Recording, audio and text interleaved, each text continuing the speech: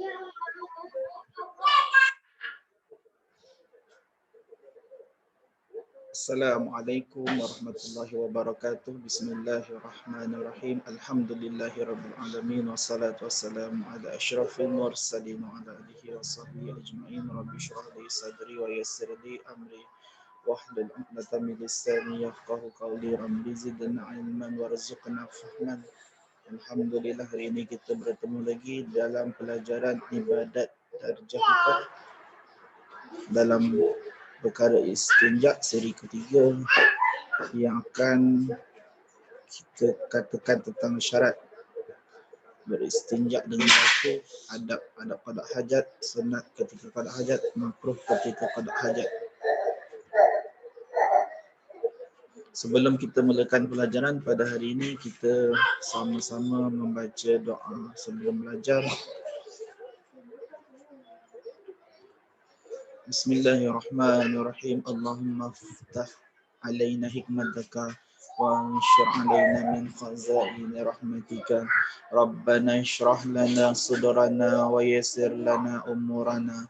Allahumma akhrijna min zulumatil wahmi wa akrimna binuril fahmi. Waftah lana bima'rifatil ilm wa nawwir qulubana wa sahhil lana abwaaba fadlik ya arhamar rahimin. Sallallahu ala sayyidina Muhammad wa ala alihi wa sahbihi wasallam. Walhamdulillahi rabbil alamin. Syarat beristinja dengan batu. Syarat-syarat beristinja dengan batu adalah: yang pertama, najis yang keluar belum kering dan tidak berpindah ke tempat lain. Najis tidak berpindah, nanti kita lihat ada tempat, ada had najis tadi berada. Najis tadi belum kering. Kalau dia belum kering, senang untuk dikesat dengan batu. Yang kedua, najis itu tidak melebihi maqsaf hatul dubur. Ini had dia. Tempat tertangkup dua papan punggung ketika berdiri. Kalau kita berdiri, dua papan punggung kita akan bercantum. Tidak melebihi had tersebut. Cuma di dalam kawasan papan punggung saja, tak terlebih keluar. Yang ketiga, najis tidak melebihi hashfah zakar, pangkal kepala zakar bila orang buang air kecil. Ini bagi yang lelaki.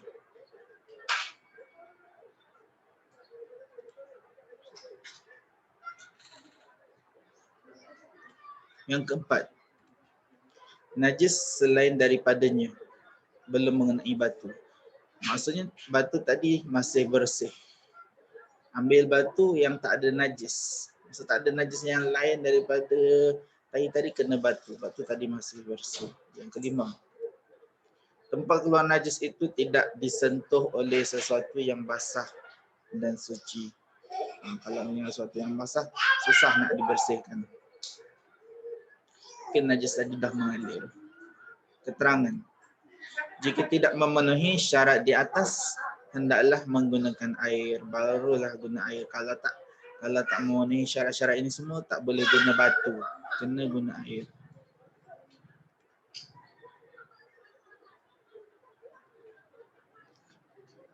Erti qada hajat. Qada hajat ni adalah buang air besar dan buang air kecil. Ini tempat qada hajat. Buang air besar, buang air kecil. Adab qada hajat ialah: yang pertama, seseorang yang qada hajat, buang air besar, buang air kecil, wajib menjauhi daripada menghadap kiblat atau membelakangkan kiblat. Tak boleh menghadap kiblat, tak boleh membelakangkan kiblat. Sama ada di padang, orang buang air dekat padang tapi tak ada orang tak nampak, dia buang air di padang. Atau di dalam binaan yang bukan tandas.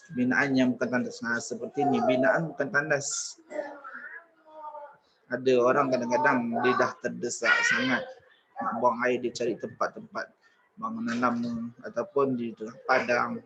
Sekiranya ia tidak berdinding antaranya dengan kiblat. Bawah ada dinding, yang atas ni masih tak ada dinding. Dia dapat bangunan yang masih tak ada dinding. atau mempunyai dinding tetapi tidak sampai 1/3 hasta. Ini pendek je, tidak sampai 2/3 hasta. Tak sampai 2/3 hasta. Hasta tu pendek je ukuran dia. Macam satu dari hujung jari hingga ke siku. Sampai 2/3 hasta dalam keadaan seseorang itu menunaikan qada hajat, berada lebih daripada 3 hasta daripadanya. Orang tu cangkung pun dah 3 hasta.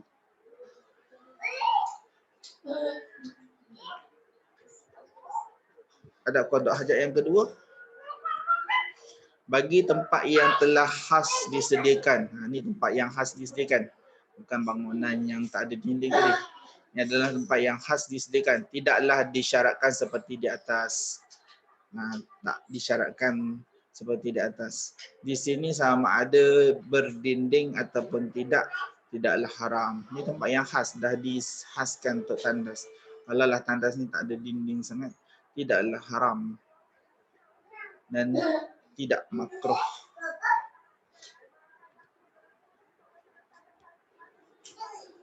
Menghadap dan membelakangkan kiblat yang dahulu seperti Sakhrah binti Al-Maqdis ketika qada hajat adalah makruh. Makruh ini boleh dihilangkan apabila mengikut peraturan dalam masalah menghadap atau membelakang kiblat.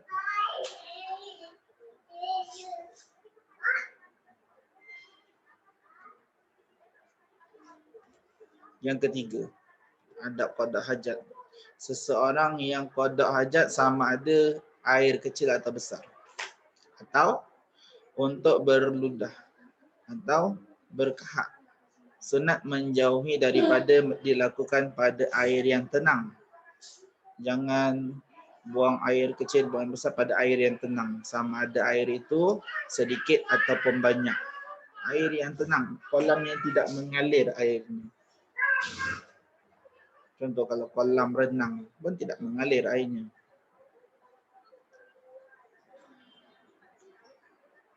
Melakukannya di laut atau kolam yang besar tidaklah makruh kecuali dilakukan pada waktu malam.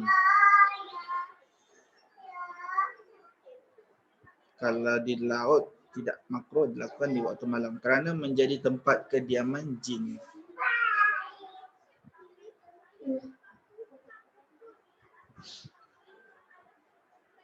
Kalau waktu malam tu jin duduk, tempat jin tidur, tempat jin berehat, tak boleh dilakukan di waktu malam.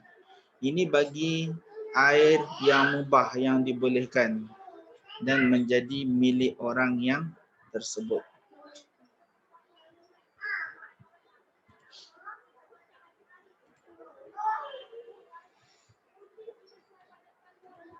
Adab qada hajat yang keempat adalah air yang dikhaskan untuk minum atau sebagainya atau milik orang lain walaupun luas seperti laut adalah haram jika tidak diketahui redanya. Tak boleh buang air besar pada air yang digunakan untuk minum atau sebagainya atau milik orang lain walaupun seluas lautan, tak boleh digunakan untuk qada hajat. Buang air besar, buang air kecil. Kalau tuannya benarkan barulah boleh. Ni tak diketahui tuannya. Yang kelima, adabnya qada hajat pada air yang sedikit dan mengalir adalah makruh. Air yang sedikit seperti longkang kecil ataupun pari kecil ataupun anak sungai adalah makruh. Jika pada air yang banyak tidaklah makruh. Tapi ni longkang yang kecil, airnya sangat sikit walaupun mengalir adalah makruh. Tetapi lebih baik hendaklah dijauhi daripada buang air kecil pada tempat yang kecil, air sungai yang kecil, anak sungai. Adab qada hajat. Keterangan. Mengikut Imam An-Nawawi, qada hajat pada air yang sedikit sama ada ianya mengalir atau tidak adalah haram kerana boleh menajiskan air. Air tadi boleh berubah warna, bau dan rasa. Boleh menajiskan air kerana air tadi sedikit. Keterangan kedua, pendapat Imam Nawawi ini ditolak oleh pendapat lain. Kerana air itu tetap menjadi suci jika dikumpulkan menjadi banyak. Kalau dikumpulkan jadi banyak, barulah suci. Haram mengikut pendapat Imam Nawawi itu hanya jika air tersebut berlumuran dengan najis. Air tadi berubah bau, warna dan rasanya jadi najis, maka haram. Tapi kalau tidak berubah, tidak haram. Dan dikumpulkan jadi banyak, tidak haram. Sunat, perkara sunat ketika qada hajat. Tadi adab qada hajat ni perkara yang sunat. Kalau kita buat dapat pahala lah. Sunat ketika qada hajat, yang pertama, sunat menjauhi daripada membuang air kecil atau besar di bawah pokok kayu berbuah. Bawah pokok yang berbuah. Atau sama ada ia waktu berbuah ataupun tidak.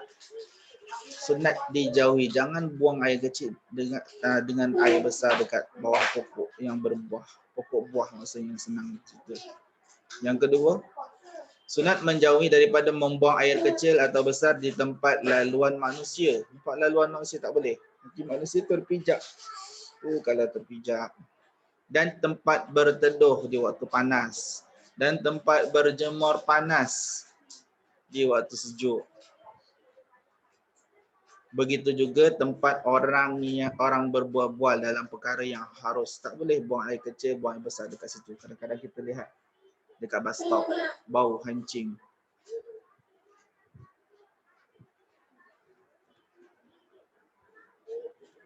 Ada gambar lubang cacing. Sunat ketika qada hajat yang seterusnya, keterangan jika tempat perbualan manusia berbohong dengan perkara yang haram seperti tempat mengumpat atau tempat cukai yang zalim. Kalau tempat tu tempat orang melakukan perkara yang tak baik, mengumpat, cukai yang zalim, tu bolehlah buang air di situ. Yang ketiga, sunat menjauhi daripada membuang air kecil atau besar pada lubang-lubang binatang. Ini contoh lubang-lubang binatang. Dan tanah yang terbelah ataupun merkah, tak boleh. Kalau kita buang air kecil dekat sini, yang akan kena binatang ni lah. Mereka tidak berdaya melakukan apa-apa kalau dah diletakkan najis. Siapa yang nak bau busuk, yang bau hancing? Makruh pula. Tadi sunat, sekarang makruh. Makruh ketika qada hajat. Kita perlu elakkan juga. Makruh. Jangan buat perkara ni kerana makruh. Makruh ketika qada hajat ialah yang pertama, bercakap-cakap. Jangan bercakap-cakap ketika qada hajat, ketika berak ataupun kencing. Ketika qada hajat kecuali kerana darurat, kecuali terpaksa. Seperti memberitahu seseorang ada ular.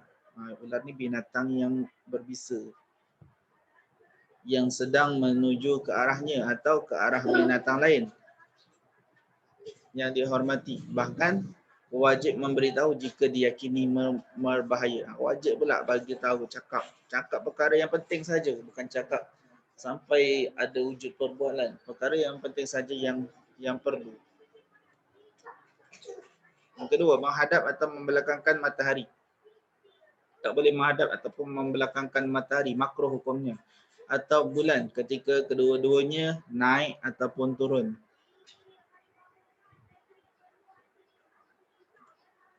Ini di tempat yang bukan tandas, bukan khas untuk tandas.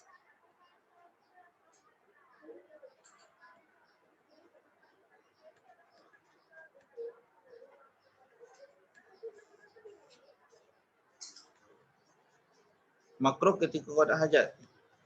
Keterangan, tidak makruh ketika matahari bulan di tengah langit. Ini matahari berada di atas kepala. Di atas kepala itu waktu kemuncak pukul 1 ataupun waktu zuhur. Dan tidak makruh ketika kedua-duanya berada di tengah langit. Kalau matahari dan bulan berada di tengah langit, gerhana, waktu gerhana. Kerana tidak berlaku matahari menghadap ataupun membelakangkannya kedua-duanya kecuali secara tidur baring menelentang. Tak ada orang tidur baring menelentang sambil berak kecuali orang yang sedang sakit, orang yang sedang uzur, tak boleh berdiri. Keterangan kedua mengikut Imam An-Nawawi membelakangkannya tidak makruh. Yang makruh hanya menghadapkan ke arah kedua-duanya matahari dan bulan. Inilah yang mu'tamad. Yang penting jangan menghadap. Membelakangannya tidak makruh. Okey, sekian sahaja pelajaran kita pada hari ini. Sekian, terima kasih. Kita akhiri dengan doa selepas belajar. Bismillahirrahmanirrahim. Rabbana la tuzigh qulubana ba'da idh hadaitana wa hab lana min ladunka rahmah innaka antal wahhab ya fattahu ya alim iftah qulubana futuhal arifin Allahumma inna nastaudi'uka ma 'allamtanahu farudduhu ilaina inda hajatina ilaihi wa la tunsinahu ya rabbal alamin wa sallallahu ala sayyidina Muhammad wa ala alihi wa sahbihi wa sallam walhamdulillahi rabbil alamin. Sekian, terima kasih. InsyaAllah sebentar lagi saya bagikan kamu semua link untuk Google Quiz, Google Form. Nantikan. Assalamualaikum warahmatullahi wabarakatuh.